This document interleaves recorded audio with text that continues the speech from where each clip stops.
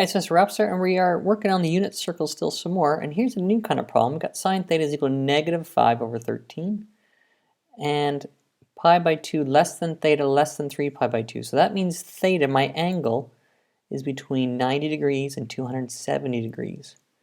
And so if I think about where that is, if here is my coordinate system, it lies somewhere between pi by 2 and the 3 pi by 2, somewhere on this interval, on this half circle here. So either in the second quadrant or the third quadrant is where sine is. Now, it's negative.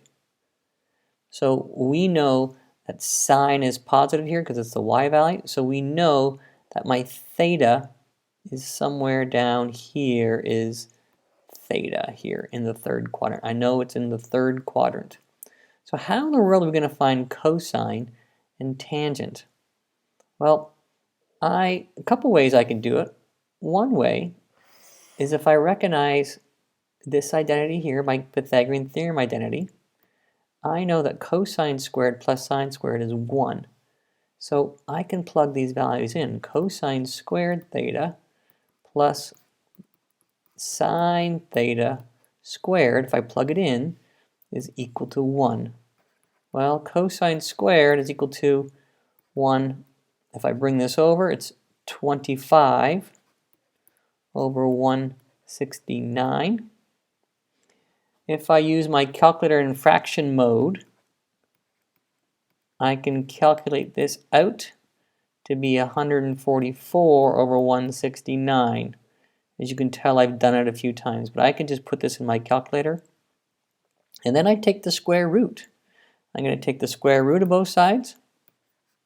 And so the cosine of theta is equal to plus or minus 12 over 13. Now, which one is it going to be, plus or minus? It's in the third quadrant, so it's over here. And so that means, because it's in the third quadrant, it's going to be negative 12 over 13. Okay, and so this is one way to use this formula here. Okay, it's quite good. I could use now tangent. I could use tangent. I recognize that tangent is going to be sine theta, which is negative 5 over 13, over cosine, which is negative 12 over 13. If I convert this, flip it to multiply,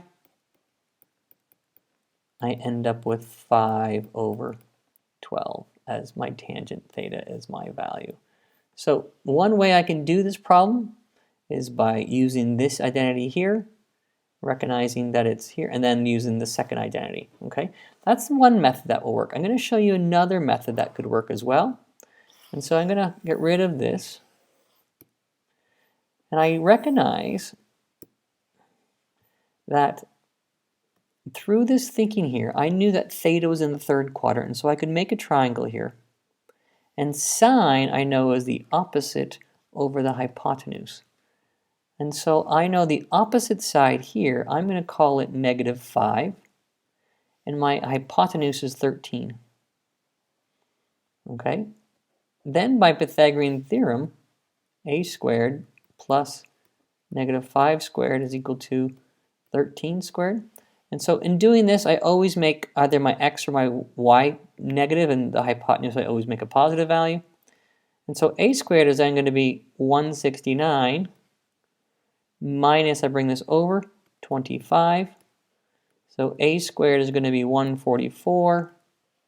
And so a is equal to plus or minus 12. Because it's going in this direction here, I'm going to make it negative 12. And so I'm going to use a is equal to negative 12. Now that I know that, from this triangle that I have here, I can go cosine is the adjacent over the hypotenuse. And I also know now that tangent, because I have this triangle, tangent is equal to the opposite, negative 5, over the adjacent, negative 12, which is 5 over 12. And so there's two different methods, both of them using a version of Pythagorean theorem. Whether we use this identity or a squared plus b squared is c squared, it all works out the same.